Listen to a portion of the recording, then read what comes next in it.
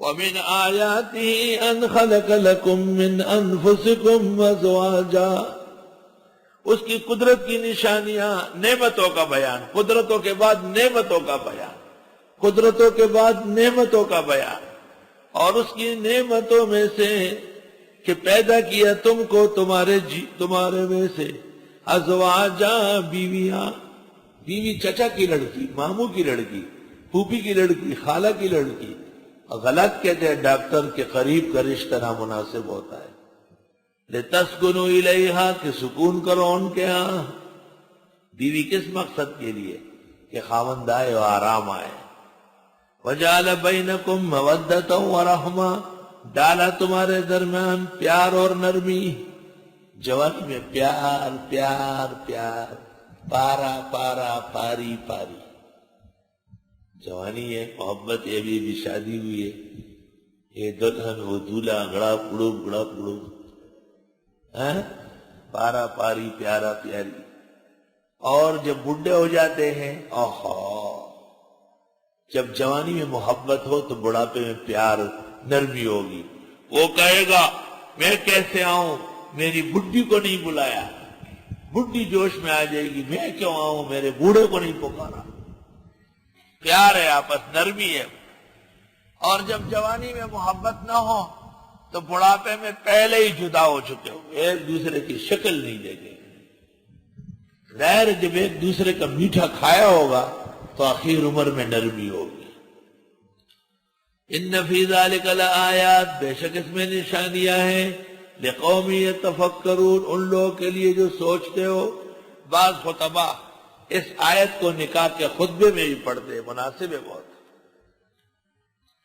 وَمِنْ آیَاتِهِ خَلْقُ السَّمَاوَاتِ وَالْأَرْضِ، اس کی قدرت کی نشانیوں میں سے پیدا کرنا آسمان و زمین کا، وَاخْتِلَافُ أَلْسِنَتِكُمْ وَأَلْوَانِكُمْ، اور علیحدہ علیحدہ تمہاری زبانیں اور رنگ، سرحد والوں کا اور رنگ، پنجاب والوں کا اور ڈنگ، سندھی اور تنگ پتنگ، بلوچ اور مکرانی اس سے زیادہ عجائب چنگ، اور عرب تو یہاں سے بہت دور بادرنگ۔ ہر قوم کی شکل علیحدہ، گوروں کی شکلیں بھی، کالوں کی شکلیں بھی، پیلے نیلے، قسم قسم کی مخلوقات ہے۔ تمہارے رنگ، تمہاری زبانیں، بابا زبان کیسی نعمت ہے، واہ! قرآن عربی میں ہے، تفسیر ہم بیان کرتے ہیں اردو میں، حوالے دیتے ہیں عربی اور فارسی کے، اور چٹپٹے لگاتے ہیں پشتو کے۔ یہ دیکھو قرآن کی آیت احسن العلوم میں صحیح معنوں میں منطبق ہے۔ پشتو میں درس ہے، انہیں کیا پتہ چلے گا بھئی اختلاف السنتکم۔ کراچی میں درس ہے لیکن پشتو نہیں بول سکتا، اس کو کیا پتہ ہے، فارسی نہیں آتی، اس کو کیا پتہ ہے۔ تمام زبانوں میں سے کچھ نہ کچھ الفاظ آئی جاتے ہیں، سب زبانوں سے تعلق ہے، کیونکہ سب زبانوں کے لوگوں نے اسلام قبول کیا ہے۔ اللہ اکبر۔ طالب کا کوئی طالب مہمان آ رہا تھا، لیکن یہ طالب اس مہمان سے خوش نہیں تھا، تو ایک اور طالب کو کہا، شاگرد کو، دا پٹوکرائی کے چخوبزات کی نفع بڑستن کی آواز کا آج، یہ جو ٹوکری میں روٹیاں رکھی ہیں یہ لحاف میں چھپا لو۔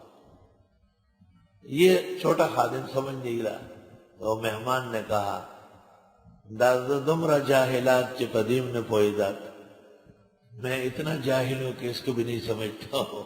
وہ پردہ اس سے کر رہا تھا اور وہ سمجھ گیا، کچھ عربی، کچھ پشتو، کچھ اس کے ساتھ فارسی کے قافیے اور ردیف۔ طالب علم بنگلہ دیش چٹالان میں بیٹھا ہوا تھا، استاذ کو خط لے کر پشاور، استاذ پشاور کا۔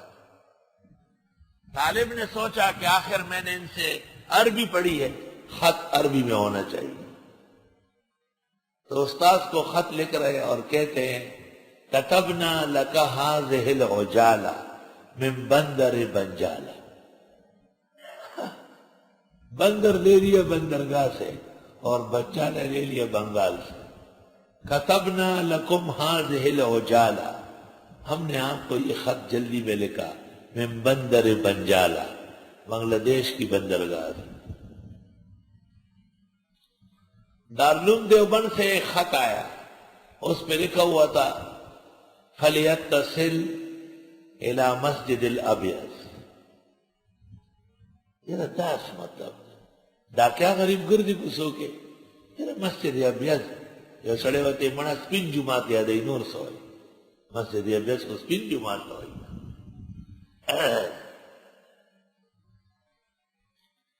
طالبان یو دیش استاد نه جوړه ویره عادت ورته کو.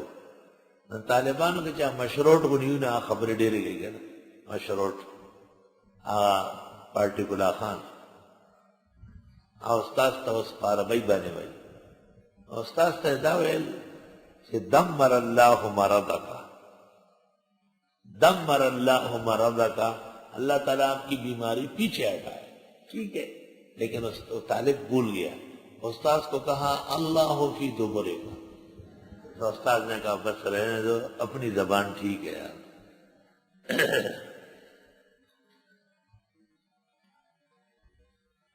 واختلاف السنتکم، اس کی قدرت کی نشانیوں میں سے تمہاری بولیوں کا اختلاف. اوہو کیا کہنا ہے جب دو زبانیں ٹکرا جائے. ہمارے استاد تھے مولانا ادریس میرٹھی، وہ پشتو پر بڑے خفا ہوتے تھے. ارے دو پٹھان جب باتیں کرتے ہیں ایسا معلوم ہوتا ہے جیسے پتھر پر پتھر مارا. زموږ یو ملګری بیوقوف دجیان خدای دې هغه استاد ته وایي استاد جی ته چې خبرې کې دا ته ښکارېږي لکه زنانه حیض چې بهېږي، لکه غریب په پان خوړو. ارے کیا کہہ دیا، کیا بول رہے ہو؟ مطلب په منځ کې شم خبره مې غلی شه که نه دا څوک وایي او زموږ استاد دی. ولې ته په پښتو غیرت نه کوې؟ بس پانام کښېنه. ما ته وایي ته پښتو غیرت نه کوې، څنګه به دې خبرې مونږ ته کوي؟ اللہ ہر زبان محترم ہے جس میں اسلام آیا ہے، ہمارے سر کا تاج ہے.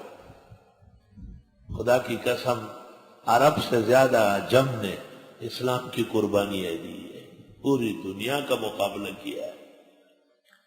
زبان کی تقسیم جائز نہیں ہے، زبان دین کی خادم ہے الحمدللہ.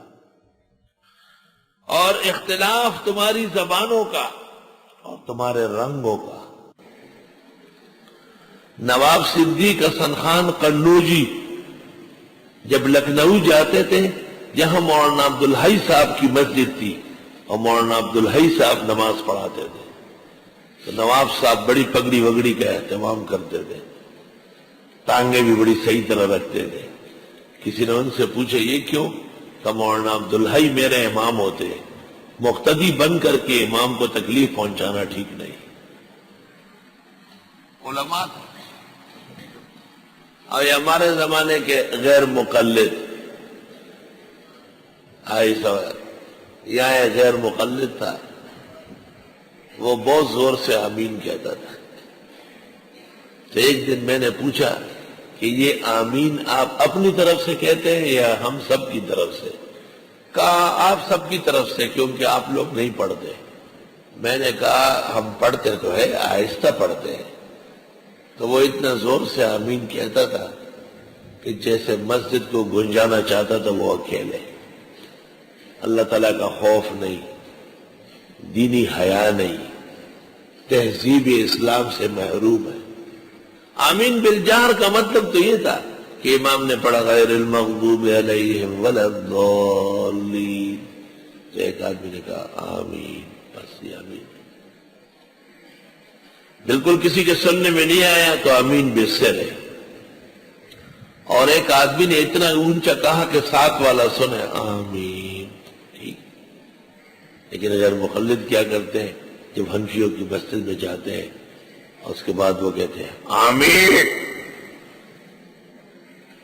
یہ دیکھو سچ مچ غیر مقلد ہے، یعنی اس میں نہ حیا ہے، نہ تہذیب ہے، نہ دین ہے، نہ ایمان ہے.